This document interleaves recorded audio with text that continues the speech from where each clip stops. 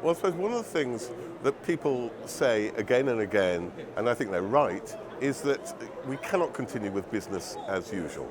And they're normally talking about business, they're talking about economics, they're talking about politics. But I think that's equally true when it comes to psychology.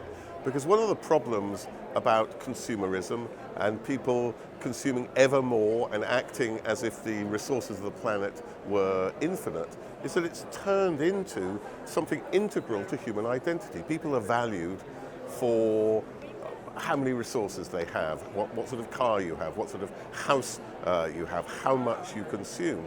And to the extent that we define our relationship towards nature in terms of what we can take from nature, how we can dominate over nature, I think we're never going to be able to solve the problem. So we've got to rethink the very nature of our identity and challenge consumerist definitions of human value. We've also got to think about relationships between people, because as consumers, we're in competition with each other, whereas we're only going to solve these problems in cooperation and in collaboration.